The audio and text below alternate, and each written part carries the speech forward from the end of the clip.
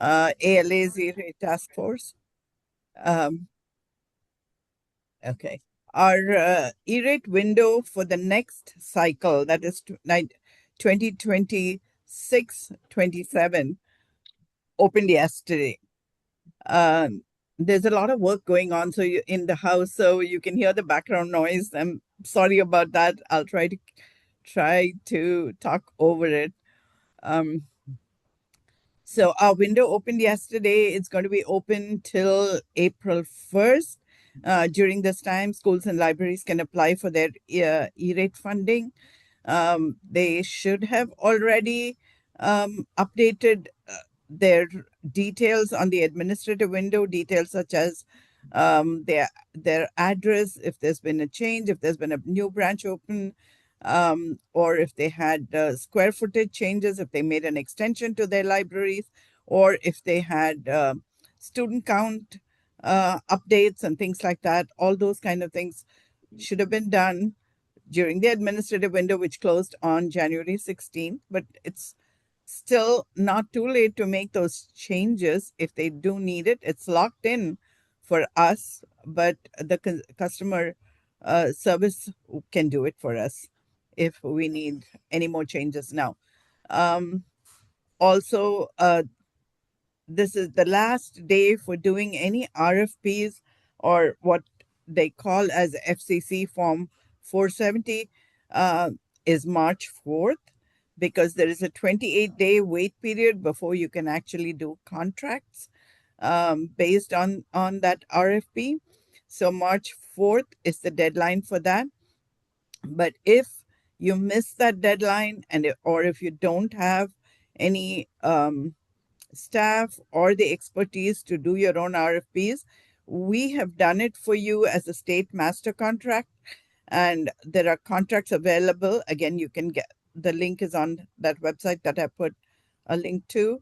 There are links to the state master contract for category 1 services, that is the internet services to the door, as well as category 2, which is the internal connections once you've brought the internet service to your door. So any upgrades, anything that you need to do, wireless points inside, or if you're going to do any wired services inside, Mojave Educational Services Consortium has category 2 contracts available. Once you use those, if you can't just pick a vendor from the state master contracts and use it, there is a process to be followed. And if you do need help, I'm there. I can't say 24/7, but almost. I'm available for you. So please make full use of whatever you need from me. Happy to do it for you.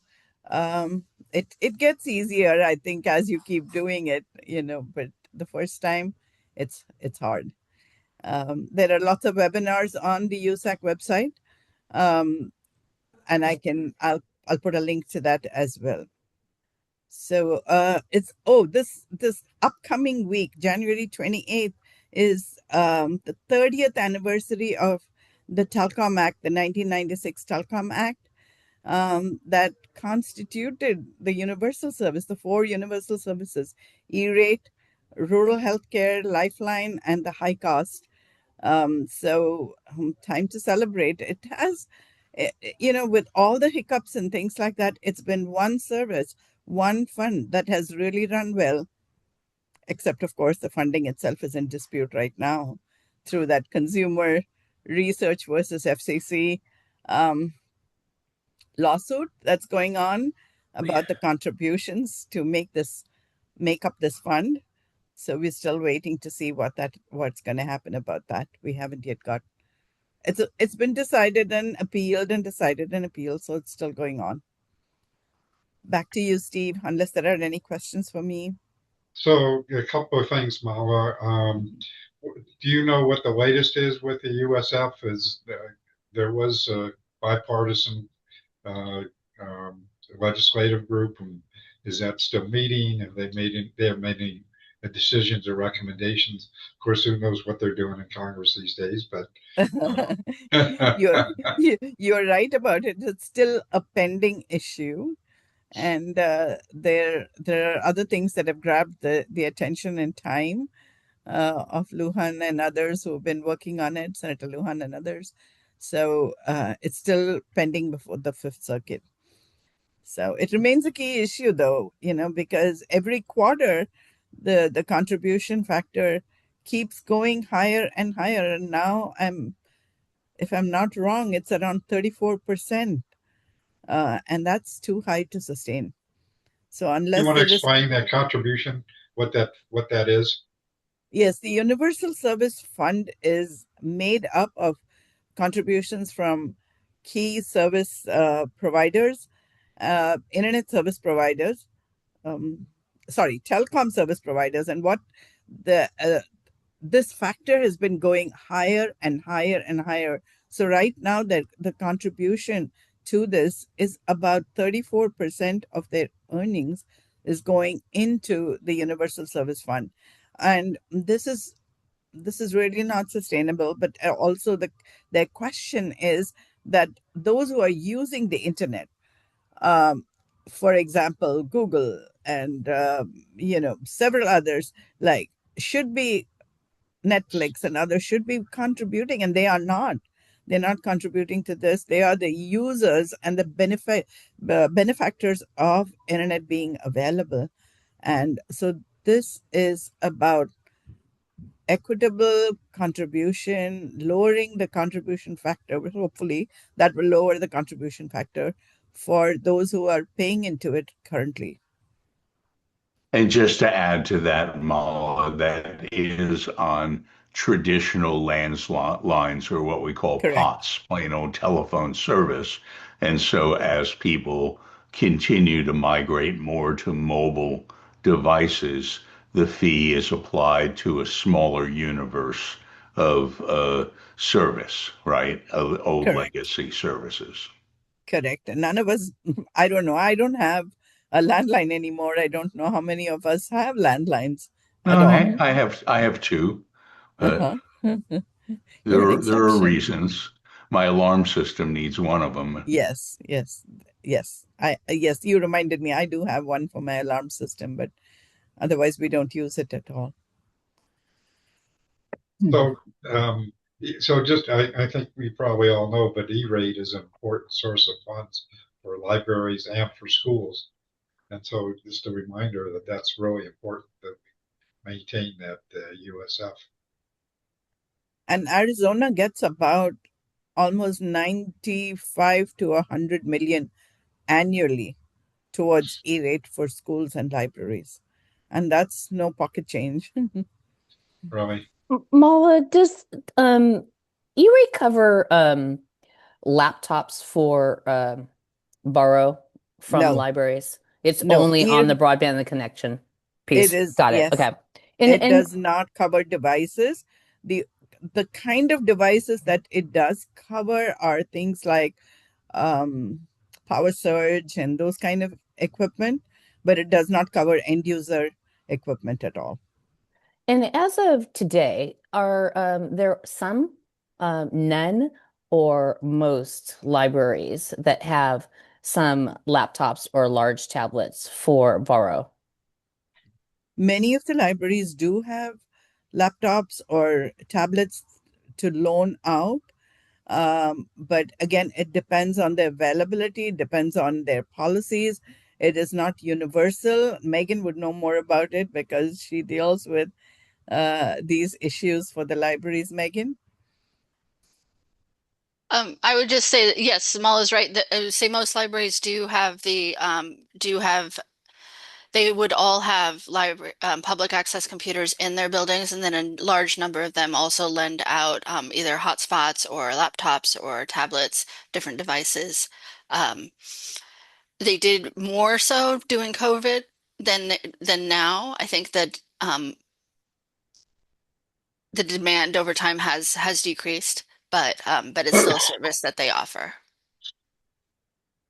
We're doing a healthcare workforce acceleration project with the Goodwill, and it's 8 weeks. I just found out in week 3 that all 5 are doing this program on a phone.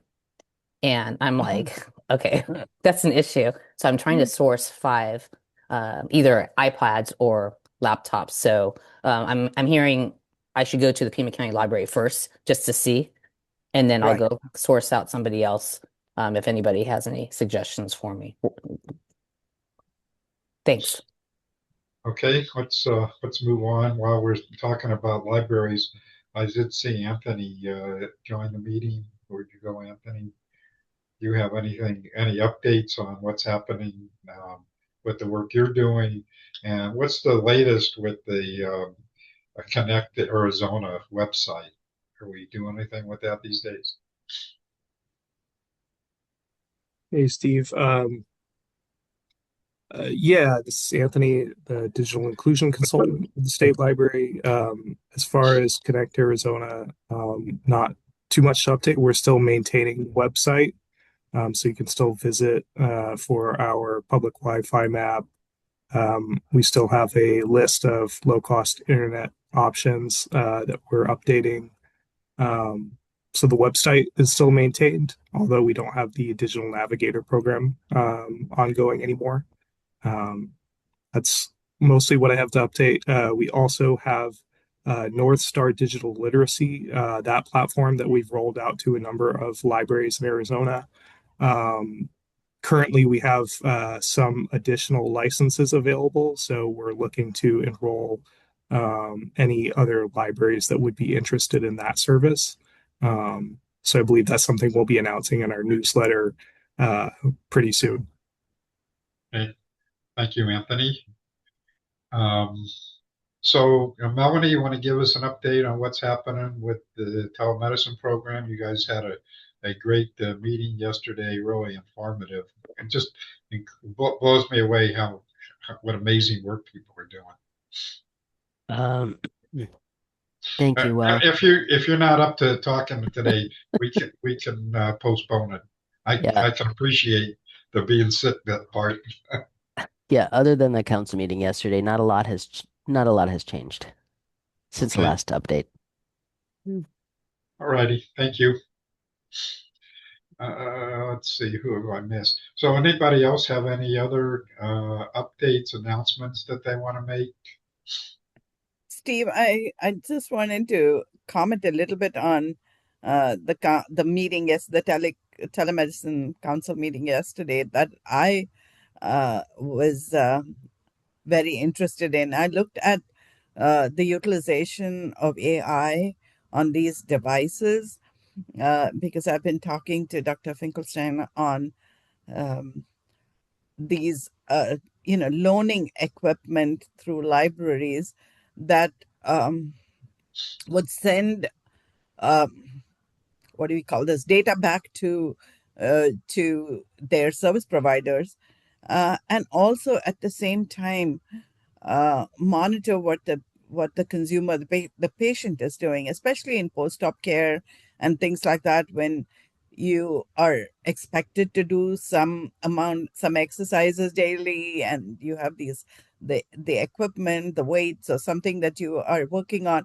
and the monitor can tell you whether you're overdoing it, underdoing it. You can do a little bit more, or your blood pressure while this is going on. So with AI monitoring it and sending you those kind of messages on your device, but sending it at the same time to your service provider, a very interesting concept on doing it. But again, um, what I did take away from yesterday was don't over trust, what AI does, because it's still not 100% accurate in how it monitors what you're doing and the data that it gathers from you. Um, it's it still needs some trust building, and don't use this solely in making your critical medical decisions, but use it as a guide. Because again, it AI is only as accurate as the data that it has already got input. So there are biases, there are sovereignty of data set issues, and those kind of things. So again, that's something that we need to always pay attention to. So reliance on AI to a whole extent is not good, but again, use it with caution, use it as a guideline more than you know relying on it completely. That's something that really hit me. The other thing about it is that in order for the community to use it, we need to reduce the digital divide. They need to be able to read what the device is telling you and act on it. If you have low bandwidth in your at home, you're not going to really get accurate data or information from this AI powered devices. So be cautious about it. But again, I'm excited that something like this is likely to help us in the near future monitor what the patients are doing and patients need and how they can be taken care of, Okay. especially in rural areas, rural remote areas. Okay. Thank you, Malwa. Mhm. Paul, any updates on your research, and you still looking for volunteers or not? No updates right at the moment. I'm in the process of scheduling with people. Other than that, the discussion that we just were talking about in terms of laptops and availability, because everything typically when it comes to laptops is grant funded in many institutions, I think it's going to be real hit and miss to see what is still available. And that's not just at the public libraries, I think also at the schools as well. We know that during the COVID period, there was a lot of laptops that were distributed. And once that then changed a couple of years later, some of the schools were rolling back their laptop programs, where they were only available to students on campus. They weren't getting loaned out to be taken home. And I think one of the reasons for that is that there was a lot of breakage, there was a lot of loss. And I've heard of some reports of anywhere from 20 to 40% loss rates during the COVID period in terms of the laptops. They just disappeared or they got broken, that sort of thing. So with that being said, and talking about the libraries as well, I think there's actually a real need to be able to catalog where school districts are with their technologies, as also the libraries too. We know libraries have in-person computers, for the catalog, for internet searching, for that, and that's pretty much ubiquitous there. But when it comes to the schools, I think it's really hit and miss. Uh, and sometimes it goes down to the individual school, not necessarily one approach across the whole district. You might have a particular principal who says, "Hey, I've got laptops, but I'm not letting them go outside of the school. I'm not letting students borrow them for at-home use." So if there's something that could be done, um, we almost need a wall-to-wall, school to school, so to speak, catalog of who is doing what and what their approaches are when it comes to distributing technology. And if their students have access to laptops, are they Mac? Are they Windows? Are they Chromebooks? And I know in the past there's been some attempt to try and get some of this information, but it's never 100%. It's still, if you opt in to provide the information. So I know the Department of Education, from what I've heard in the past, has tried this, and they haven't necessarily got the full picture. They got a picture, but it's also information that's not necessarily readily available or mapped out so you can actually see it. So as we talk about the need for devices, and believe me, there is still a device need. I know at Phoenix College over the last I will say over the last 3 years, through different grants and such, we've distributed around about 850 laptops. That's huge. That's a huge number of devices.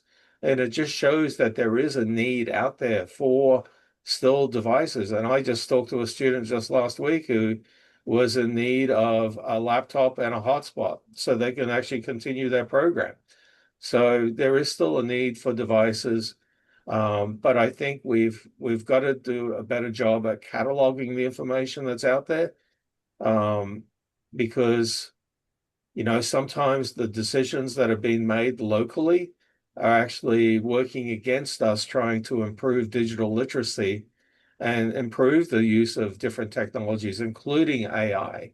And so without that information, and we can't shine a light on areas where there is a need when we don't know what the need is and how their approach to using technology is. So those are just a couple of thoughts I thought I'd share with the group, because it just seems like there is a need for getting that information, publishing it, and to share it so that way we can have a really informed conversation about where the need is and to what extent the need is.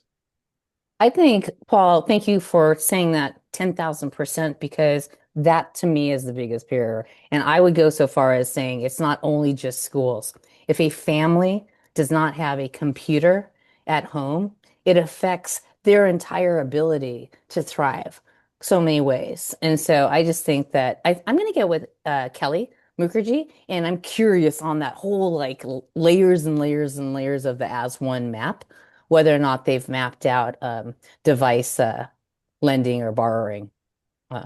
So anyways, awesome. And there's a couple links in the chat. So thank you on the human IT. I know that most communities have like one or two major refurbishers, right? That then go ahead and turn around and redistribute those to the community. And so those are huge players, I think, in this whole ecosystem. Yeah, I think the reason. Well, I think that's the important thing is that there are, AZ Strut down here in Tucson. We have We Care. I got to tell you, they were, of course, maybe because I know them, but uh, excuse me, I had a young man that's doing some work for us.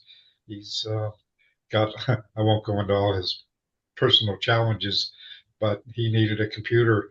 And I called them up, took him over there, walked in, they handed him a computer, and we walked out the door. Exactly. That's And so there are there's lots of organizations who are distributing. So besides schools, and I think for schools, it's a challenge for them, for loss rates. And who was it that put in the chat about the loss rates for, was that you, Michelle?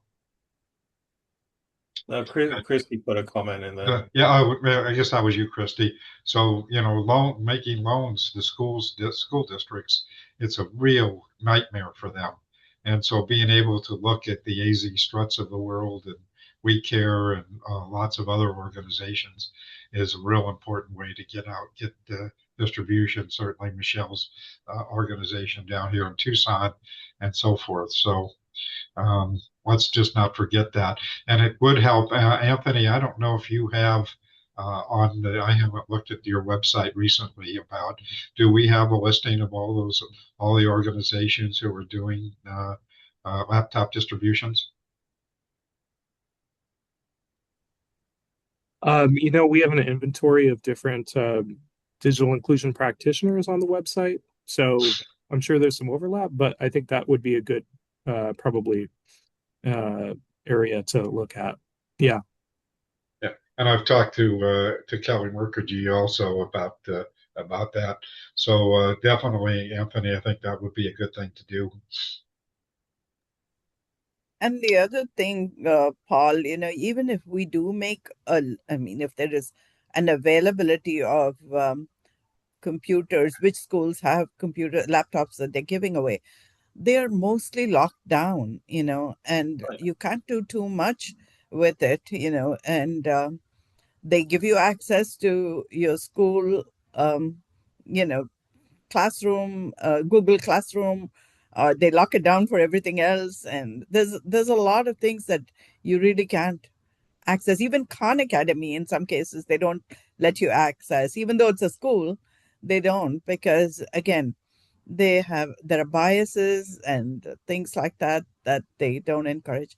So it's a big challenge. I agree with you. It's not only that, you know, policies also change frequently. Now you may have 100 laptops to give to loan out today, and 2 months down the line, that they haven't come back, and so you have now from 100, you have just 40 left or whatever, and some of them are not usable. Even the AZ strut ones, which they are willing to refurbish and let you use, you have to get OS. Microsoft, they don't have Microsoft software on them. So again, who's going to pay for those kind of things? So there are lots of challenges as far as devices are concerned. Yeah, I would agree. There is a lot of challenges. I think there's also a great number of people within education who are very stuck within the boundaries of the school building. And I've seen different administrators over the years who, if they're for technology, there's generally a plan. But there's also a severe lack of plans that actually talk about how they're providing digital literacy, how they're actually moving to skill the students in the use of the technology. There are different school districts nationwide that are actually doing an exceptional job.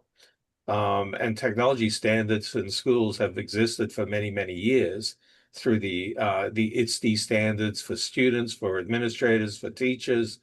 But I dare say a lot of people haven't actually seen what those are, unless you're in the know, so to speak, and you're in the field of educational technology. But they're actually pretty powerful standards. If they're actually applied, they can be very effective. But when a lot of these decisions do end up rolling down to the school level, if it's a small district, it might be done at the district level. But if it's a large district, a lot of it will roll down to the school level, and the school level administrator actually has a great deal of control and decision-making authority in terms of what the stance is on the use of technology within that building. And I've seen too many students who have come through colleges now who, for instance, don't even know how to write a resume. And don't get me going about that. I could talk about that for hours.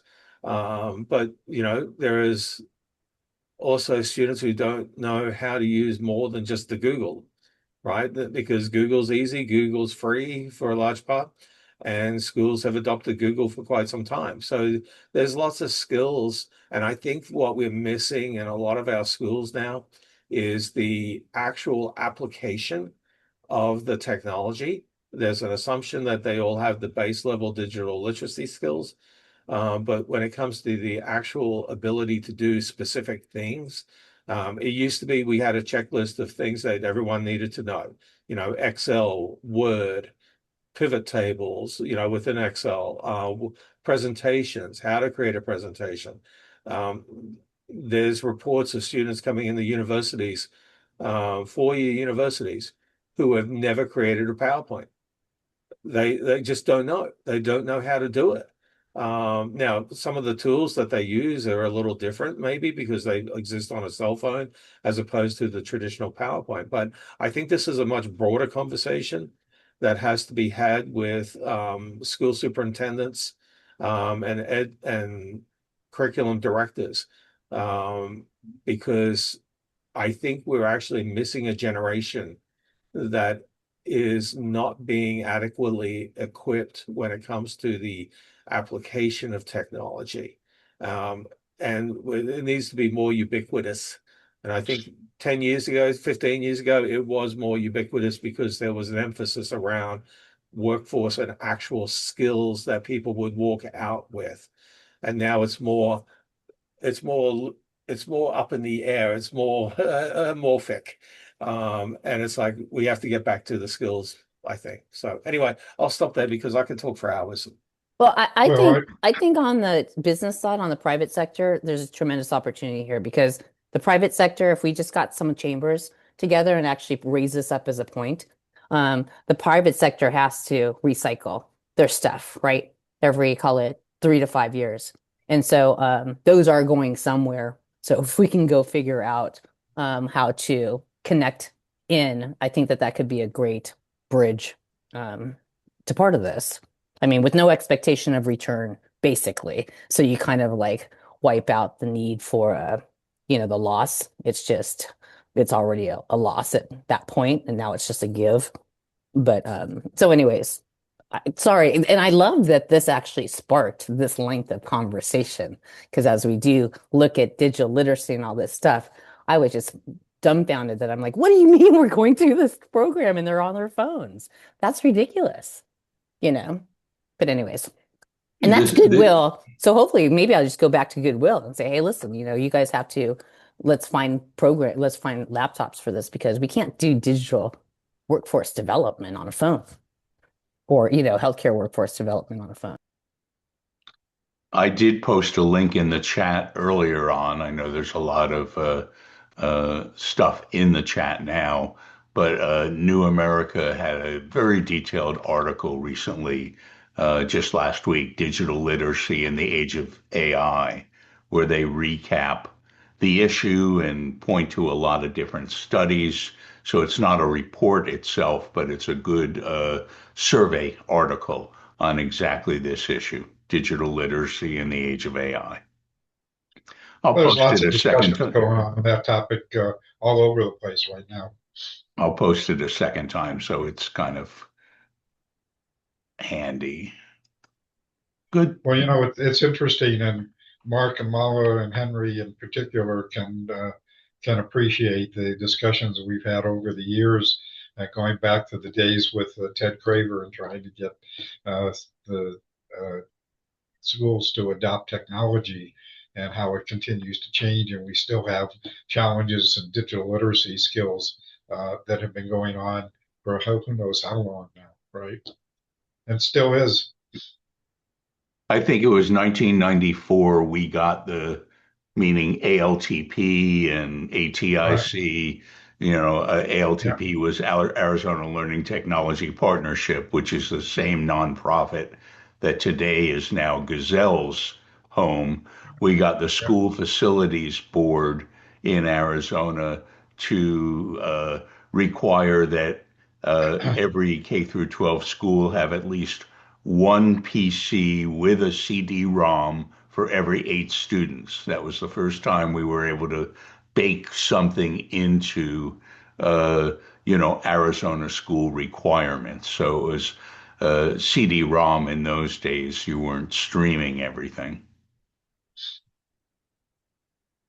We'll try to work on getting Nan Williams, who is the executive director of AZBSN, Arizona Technology and Education Association, to come talk to us some more about what they're doing.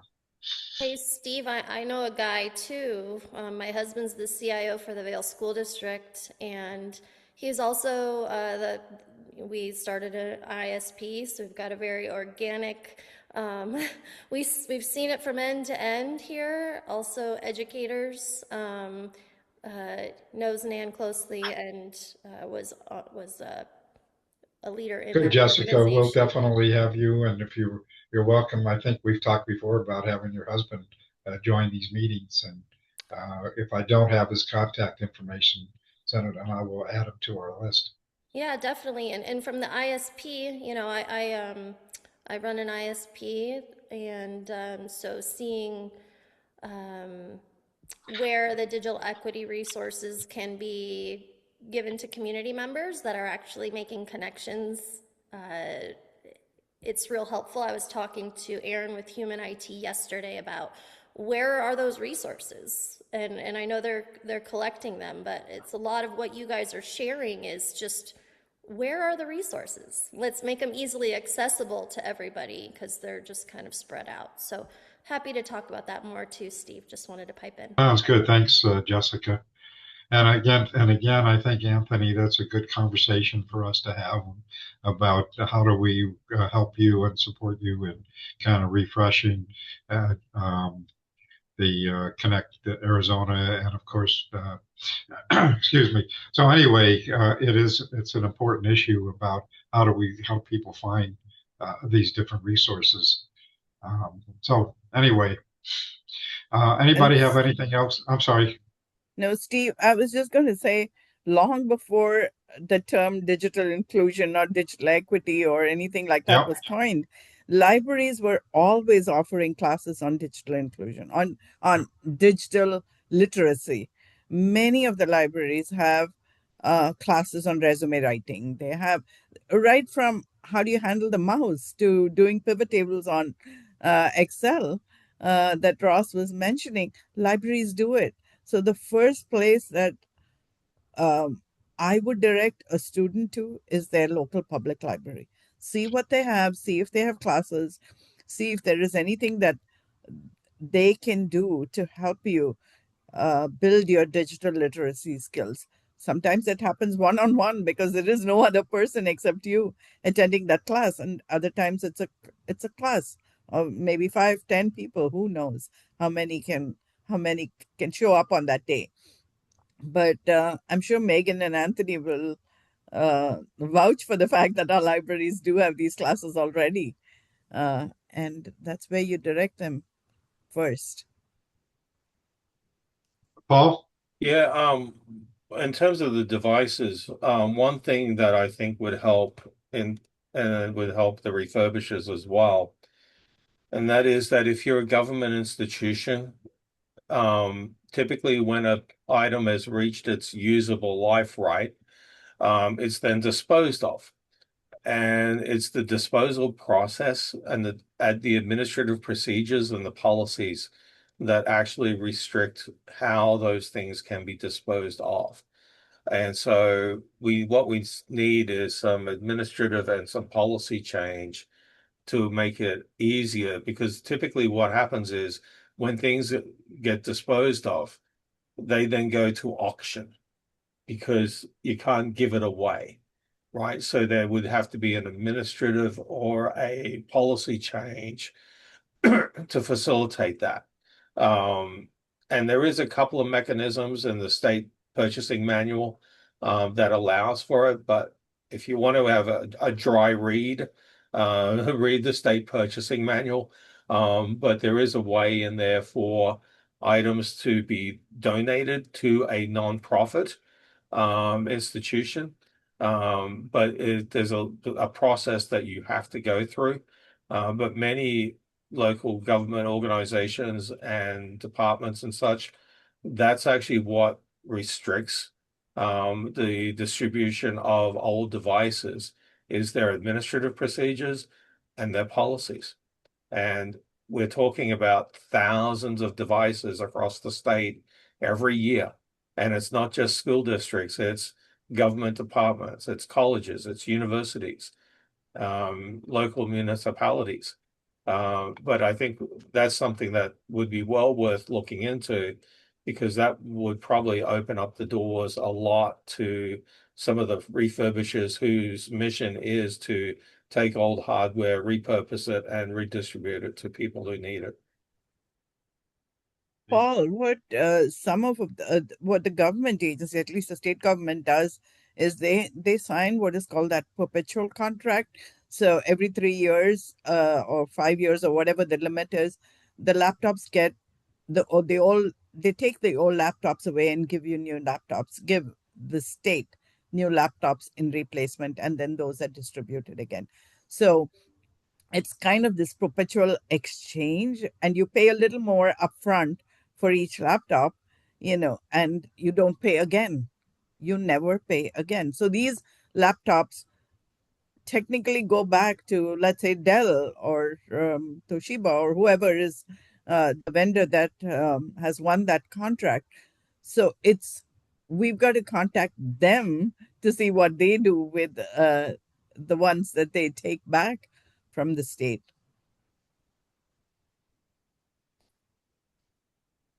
Okay, good discussion. So one thing that's always bothered me, and I don't want to get into a lengthy discussion about it today, about what we talk about in terms of digital literacy. I mean, it's one thing to teach people, this is how you use your computer, this is how you do this and do that. But there's a whole other piece, and certainly Molly, you in the libraries well understand this, that when you do a search on Google and you get all this information, how do you assess what's valid and what's not valid? And I'm not sure that we're teaching people to be able to make that determinations. And particularly now with AI, that you get now all kinds of new information. And how do you determine it? And you know, you see all the time the disclaimer about AI can make mistakes. And so now we're creating this whole new, and that goes back to the discussion we're having earlier about AI um, and digital literacy. But I think that is an important discussion that I haven't heard a lot of people talk about. And maybe I'm missing it. And maybe the digital navigators are dealing with that issue. And I just don't know that. Just ask ChatGPT if it's correct. But okay. You remember Melanie's slides yesterday? This this was on. Do you remember that, Melanie? You had this picture on the side of most slides, fact or fake, and that is so beautiful. It's such a great image. There's not much difference between getting fake information and fact information. When you start searching, it's so hard for you to distinguish, and that's what a lot of libraries are challenged with. You have customers coming to you and saying, I saw this here, I saw this there, and that is correct, and they insist that they're correct. And how do you de-escalate that and show them that, you know check the URL, see where it's coming from, be sure that you're going to the right source for the information. And it doesn't help that once you start getting fake information, the algorithm kicks in and you continuously be getting only that fake information.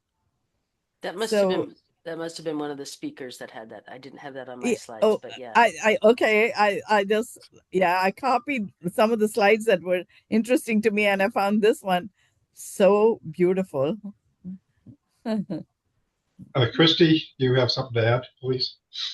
Oh, just really quick, because you said you didn't want to go too far down the rabbit hole, but I think we talk a lot about digital literacy and what you're talking about recognizing facts. I think that falls under what a lot of educators call media literacy, and those two overlap so much. And I think when you are in the library sphere anyway, it's really hard to address both of those at the same time. But hopefully, more and more of our schools are going to be focusing on the media literacy. I know it used to be there, but um, yeah, just it's sometimes hard to address both of those at the same time, how to use it and how to understand the information. Okay, thanks, Christy. Anybody have anything else for the good of the order? If not, I think we're done for today. Going once, going twice. Heather, do you have anything you want to update us on?